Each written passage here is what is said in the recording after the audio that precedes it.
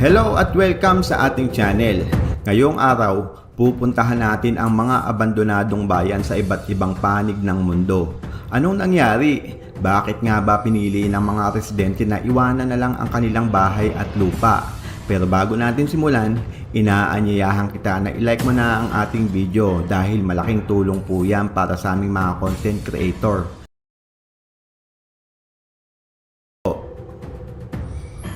Pag sinabing abandonado, parang nakakatakot pakinggan, di ba? Pero ibahin mo ang bahay dito dahil taglay ng mga gusali ang natatanging ganda ng pinagsamang istruktura at kalikasan. Kilala ang lugar sa tawag na Green Village na matatagpuan sa China. Ang bayan ay dating maunlad na fishing village, ngunit ngayon, nagsisilbi na lamang itong display sa gitna ng kabundukan. Iniwan ng mga residente ang kanilang bahay upang lumipat sa lungsod. Ito ay para sa mas maraming oportunidad, trabaho, edukasyon at mas maayos na pamumuhay. Isa pang dahilan sa pag-alis ng mga residente ay ang mahirap na daanan, masikip, matarik, limitadong akses sa kuryente at tubig. Sa paglipas ng panahon, kalikasan na ang nag-take over para sakupin ang lugar. Sa ngayon, kilala ang Hutuan bilang village overtaken by nature. Ang Green Village ng Hutuan ay isang patunay na talaga namang nature's do wonders.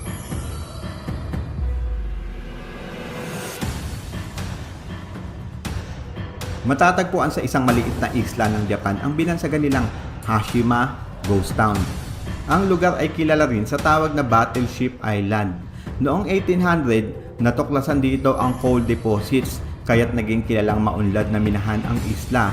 May mahigit 5,000 bilang ng residente ang nanirahan sa lugar. Karamihan ay minero kasama ang kanilang pamilya. Ngunit sa paglipas ng panahon, nawalan ng kabuluhan ang coal dahil sa paglipat ng Japan sa petroleum bilang pangunahing mapagkukunan ng enerhiya. Kaya noong 1974, tuluyan ang isinara ang minahan at dahil wala ng trabaho, ang mga tao ay iniwan ang isla. Mula noon, ang Hashima ay naging alaala na lang ng nakaraan. Sa ngayon, ito ay simbolo na lamang ng isang mabilisang pag-angat ng ekonomiya ng bansa kasunod ang mabilisang pagbagsak ng industriya nito. Gayunpaman, patuloy pa rin itong nakakaakit ng mga turista at mananaliksik dahil sa makasaysayang alaala ng isla para sa Japan.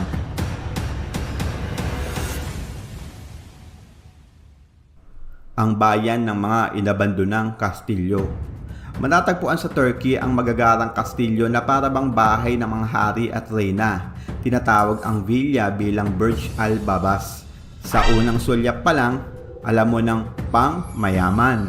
May malapay retail na konsepto, pero maniwala ka man o hindi, isang dekada ng bakante ang mga kastilyo mula nang maitayo ang mga bahay noong 2014. Hindi bumenta sa mga taga-Turkey ang pakulo ng developer.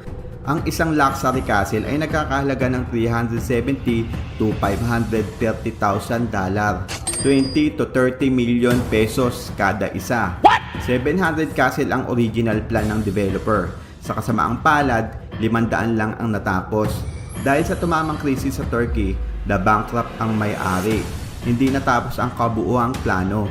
Walang utility sa loob ng bahay tulad ng ilaw, tubig, hindi pulido ang kalsada at iba pang amenities. Yung mga binabalak na facilities tulad ng water park, Turkish baths, malls, hindi pa natapos o hindi pa operational, kaya hindi kaakit-akit tirahan. Sa madaling salita, palpak ang plano ng developer. Ang Burj al-Babas ay isang bayan ng mga kastilyong walang hari. Isang paalala na kahit ang pinakamagarbong pangarap ay pwede pa ring maglaho sa isang iglap kung walang malinaw na plano. Ang pagtatayo ng bahay sa mataas na lugar ay isa sa pinaka-praktikal na gawain ng old civilization. Maraming dahilan kung bakit pinipili nilang mamuhay sa mataas na lugar. Una, proteksyon laban sa kaaway. Madali nga naman makita ang paparating na panganib. Hindi basta-basta naaakyat ng mababangis na hayop.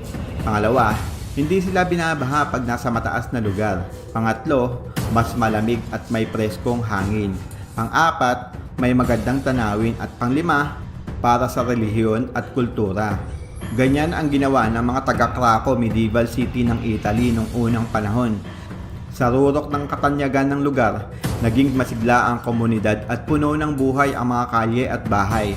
Ngunit noong 1963, nagsimula ang paglisan ng mga residente matapos maranasan ang malalaking landslide na nagdulot ng bitak at pinsala sa mga gusali.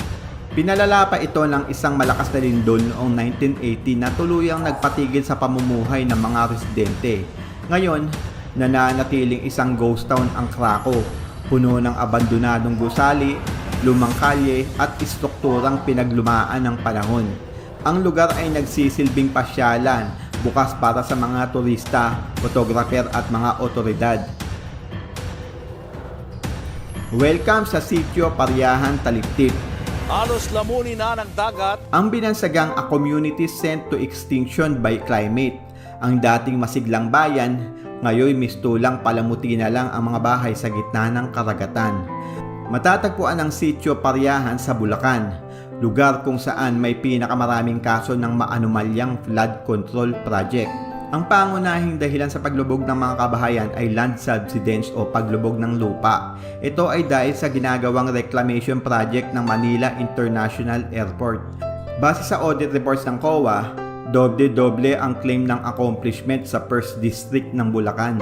Ang Bulacan ay may 668 flood control projects mula July 2022 hanggang May 2025. Ang kabuuang pondo, 44 billion pesos. Grabe, ang kakapal talaga ng muka. Nang i-audit ang mga nasabing project, puro non-existent o ghost project. Kaya ang dating bayan ng Sitio Taliktip ngayon ay nagmistulang ghost town. May ulat noong 2020 na 7 pamilya na lang ang natirang naninirahan sa lumubog na bayan. Ang mga abandonadong bahay, paaralan at kapilya ay nanatiling nakalubog sa tubig. Kaya naman pinili na lang ng mga residente na umalis sa lugar dahil maraming buwaya sa dagat. Ang Sitio Paryahan, Taliktip ay nagsisilbing paalala ng isang komunidad na unti-unti nang binabawi ng kalikasan. Isang bayan na ninakawan ng pangarap dahil sa kasakiman ng mga namumuno. Ang Ashgabat ay ang kabisera ng Turkmenistan, kilala sa mga marangyang puting gusali at grandiosong arkitektura. Ngunit sa kabila ng mga modernong istruktura, ang lungsod ay tila isang ghost city, maluwang, tahimik at halos walang tao. Sa ilalim ng pamumuno ng dating presidente na si Sapar Murat Niyazov, ipinagawa niya ang gusali upang ipakita sa buong mundo ang makabago at marangyang imahe ng Turkmenistan. Ang lungsod ay isinailalim sa malawakang pagpapaganda, kabilang ang pagtatayo ng mga puting marmol na gusali at mga monumento. Pati na rin ang pagtanggal ng mga lumang istruktura na hindi tumutugma sa bagong imahe ng lungsod. Ipinagbawal din ng dating presidente ang ibang kulay ng sasakyan, puti at silver lang ang makakapasok sa lungsod. Gayunpaman, ang mga grandiosong proyekto ay nagdulot ng mga issue tulad ng hindi sapat na serbisyo ng tubig at kuryente para sa mga residente. Dahilan kaya marami sa mga bagong gusali ay nanatiling bakante. Ang Ashgabat ay isang halimbawa ng isang lungsod na itinayo upang ipakita ang kapangyarihan at kayamanan, pero sa huli, palpak.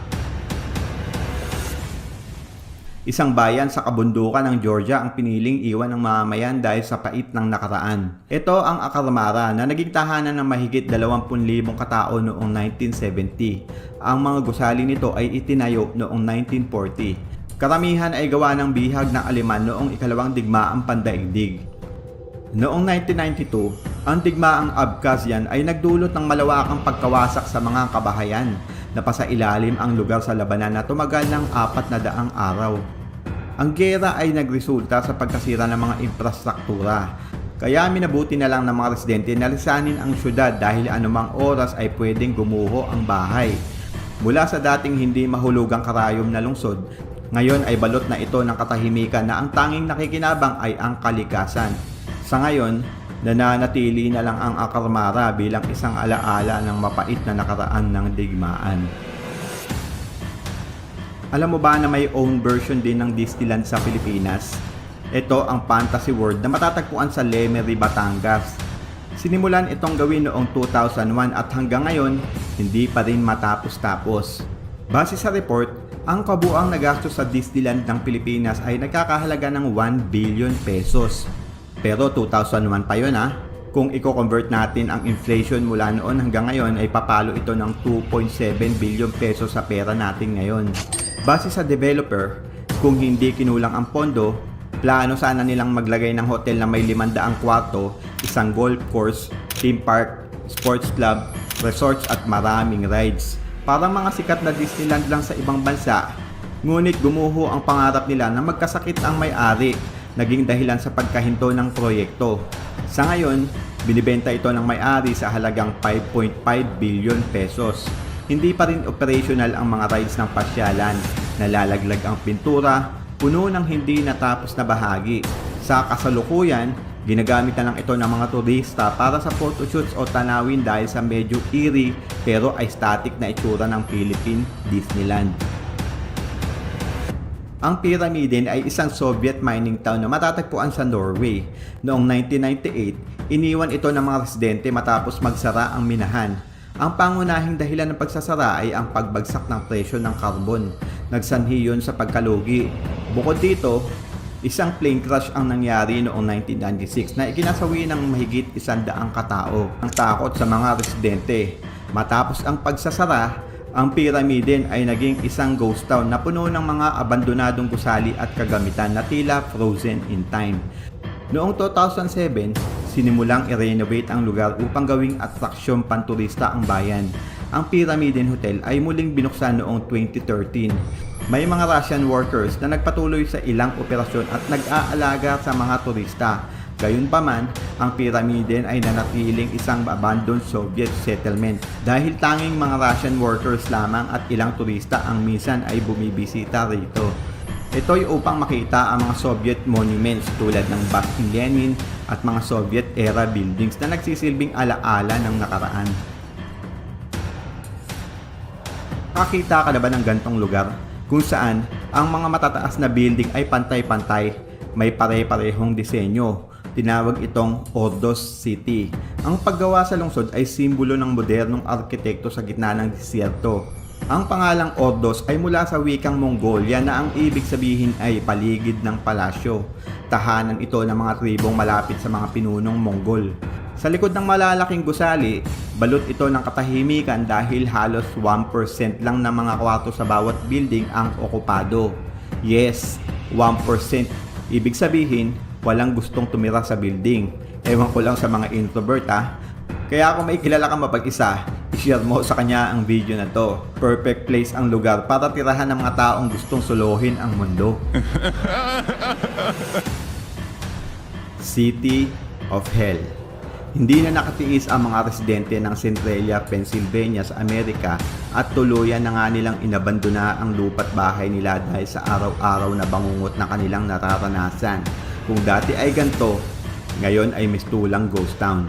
Ang tinuturong dahilan, ang uri ng lupa sa lugar. Base sa mga residente, parang nilulusaw ang balat nila araw-araw dahil sa sobrang init ng environment. Ang syudad ay binansagang City of Hell dahil sa kakaibang uri ng lupa sa lugar. Ang bayan ng Centralia ay nakapatong sa malawak na anthracite coal deposit, isang matigas na uri ng uling na hindi basta-basta naaabo habang nasusunog. Ang apoy ay gumagapang sa mga bitak ng lupa at habang may hangin na pumapasok, patuloy itong naglalagablab. Parang apoy na may sariling hininga. Dahil sarado at mainit ang ilalim, hindi tuluyang namamatay ang apoy para itong malaking pugon sa ilalim ng bayan. Sino ba namang gugustuhin tumira dyan, di ba? 60 years nang nasusunog ang ilalim ng lupa ng bayan. Ayon sa mga eksperto, maaari pang masunog ang ilalim ng Centralia sa loob ng 200 taon. Ang Kolmanskop ay isang dating German mining town na itinatag noong 1908 matapos matuklasan ang mga diamante sa disyerto. Ang bayan ay nag-ambag ng 11.7% ng kabuuang produksyon ng diamante sa buong mundo.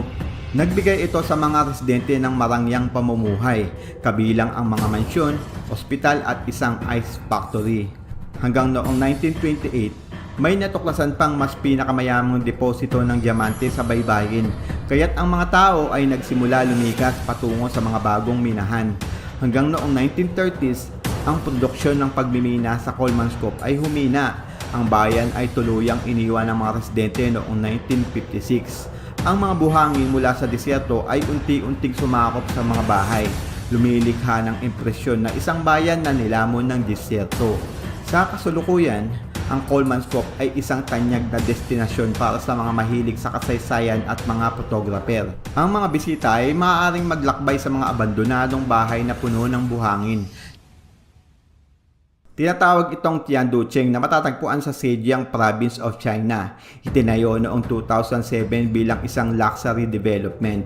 Ang disenyo ay hango sa makasaysayang tore ng France, ang Eiffel Tower. Ano pa nga bang aasahan natin? China yan. Magaling sa panggagaya. Layunin ng lokal na pamahalaan na payabungin ang turismo sa lungsod. Ngunit nahirapan sila sa iba't ibang hamon dahil bukod sa malayo ang lokasyon mula sa pangunahing transport hubs, mataas ang presyo ng real estate. Kulang din sa mga pangunahing pasilidad tulad ng paaralan, ospital at shopping centers. Dahil dito, maraming ari-arian ang nanatiling bakante at kakaunti ang permanenteng residente. Bagamat may mga hakbang upang mapabuti ang infrastruktura at buhay sa lugar, nananatili itong simbolo ng ambisyon at ng mga urban planning challenges sa modernong China na hindi natupad. Sa unang tingin, aakalain mong nagmula pa ito sa ibang planeta. Ito ang Sanchi UFO houses, mga istrukturang hugis flying saucer. At oo, tinirahan ito ng mga tao noong unang panahon. Maituturing na advance ang architectural design ng proyekto dahil itinayo ito noong 1978. Ginawa ang mga gusali para magsilbing bahay bakasyonan ng mga sundalong Amerikano. Sa halip na maging pahingahan, pinili na lang ng mga nakatira na abandonahin ang syudad. Ito'y dahil sa mataas na gastos, kakulangan sa pondo at sa maraming aksidenteng naganap. Kung saan may mga taong nasawi at meron din naglaho na lang na parang bula.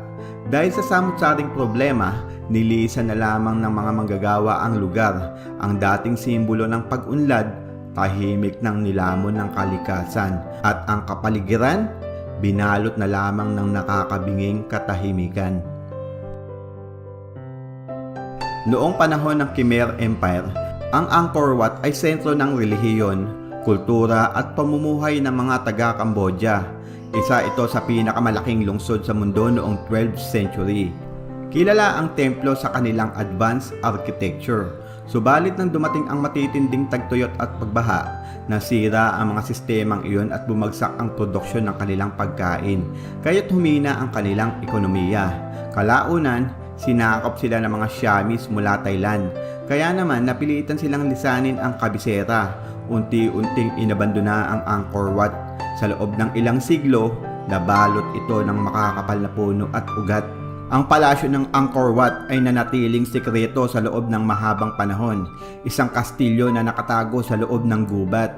Hanggang sa muli itong matuklasan noong 1800. Sinimulan ang malawakang pagpapanumbalik ng dati nitong imahe noong 1908. Ngayon, ang Angkor Wat ay tinuturing bilang UNESCO World Heritage Site at isa sa pinakasikat na tourist destination sa buong mundo. Kung nagustuhan nyo ang ating video, huwag kalimutang i-like at i-share ang ating munting palabas. Salamat sa panonood at kita-kits sa susunod na upload.